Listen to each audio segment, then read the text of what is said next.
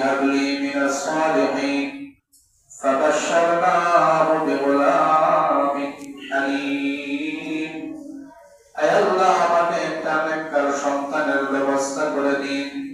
আল্লাহ সুসংবাদ দিলেন ফাবাশশারনাহু বিগুলামিন হালিম, আমি আল্লাহ তোমাকে একটা ধৈর্যশীল সন্তানের সুসংবাদ দিলাম। আল্লাহ রাব্বুল আলামিন ইব্রাহিম নবীকে যখন ৮৬ বছর বয়সে আল্লাহ একটা সন্তান দিলেন, তার নাম রাখা হলো ইসমাঈল আলাইহিস সালাতু ওয়াস সালাম। ইব্রাহিম খলিলুল্লাহ, সন্তানের নাম ইসমাঈল যাবিহুল্লাহ।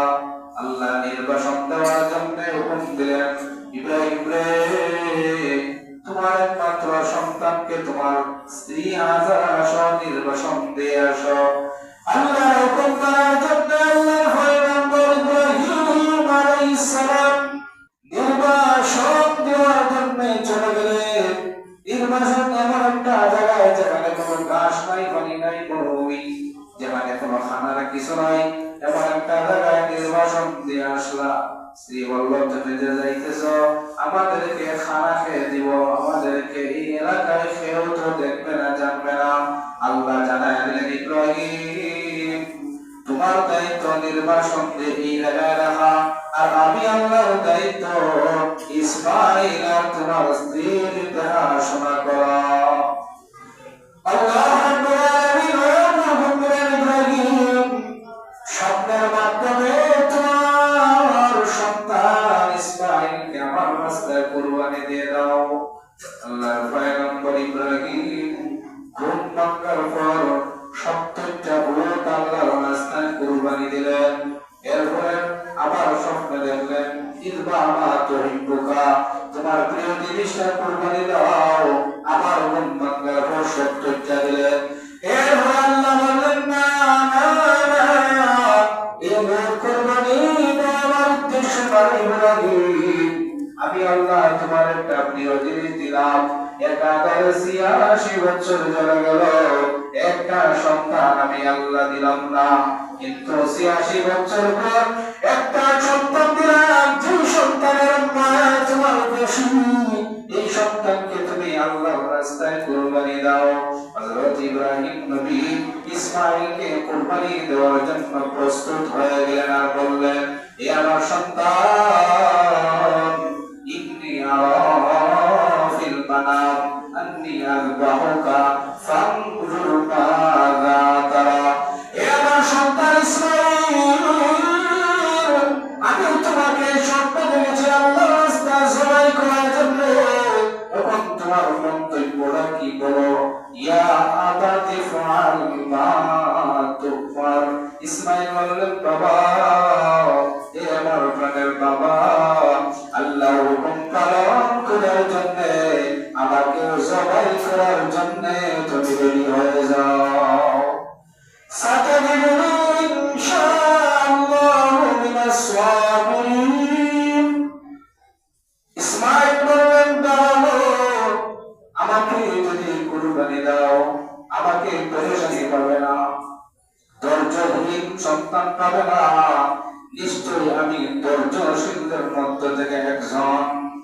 হযরত ইব্রাহিম নবী একেবারে সার সংক্ষেপ কথা হলো, ইব্রাহিম নবী মিনার ময়দানে নিয়ে গেলেন জবাই করার জন্য।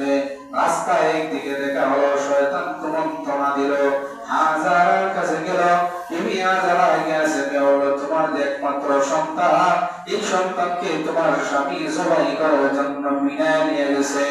হাজারা বলে, না একটাই মাত্র আমার সন্তান, সন্তানকে কুরবানি দিবে না, জবাই করবে না।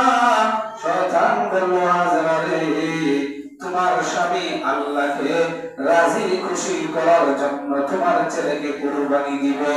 হাজারা বলল, আমার আল্লাহর হুকুম যদি হয়, আল্লাহকে রাজি আর খুশি করার জন্য যদি হয়, তাহলে আমার একটা সন্তানকে ১০০০ বার কুরবানি দিতে আমি রাজি।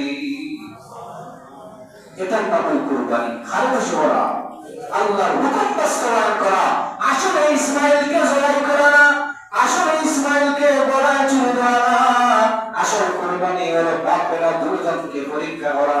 ইব্রাহিম, দেখি আমি তোমাকে একটা সন্তান দিলাম, তোমার সন্তানের ভালোবাসা বেশি না আমার ভালোবাসা বেশি? ইসমাইলকে পরীক্ষা, ইসমাইল আমি দেখবো তোমার বাবার তোমার ভালোবাসা বেশি না আমার ভালোবাসা বেশি? দুজন পরীক্ষা পাশ হয়ে গেল, দুজন পরীক্ষা পাশ হয়ে গেল।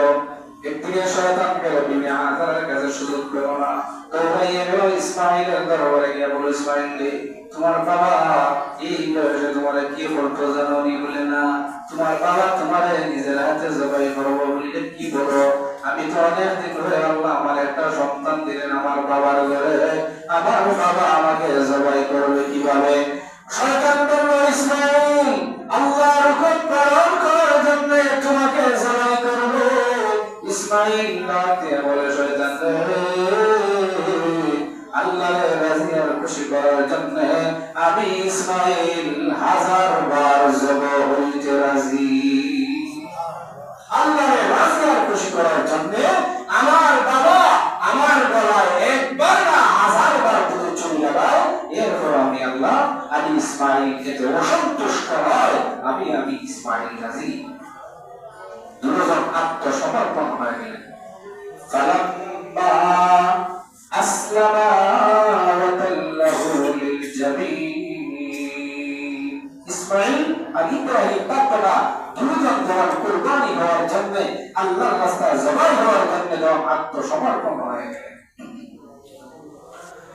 এরপরে হযরত ইব্রাহিম আলাইহিস সালাতু ওয়াস সালাম ইসমাইলকে জবাই করবেন।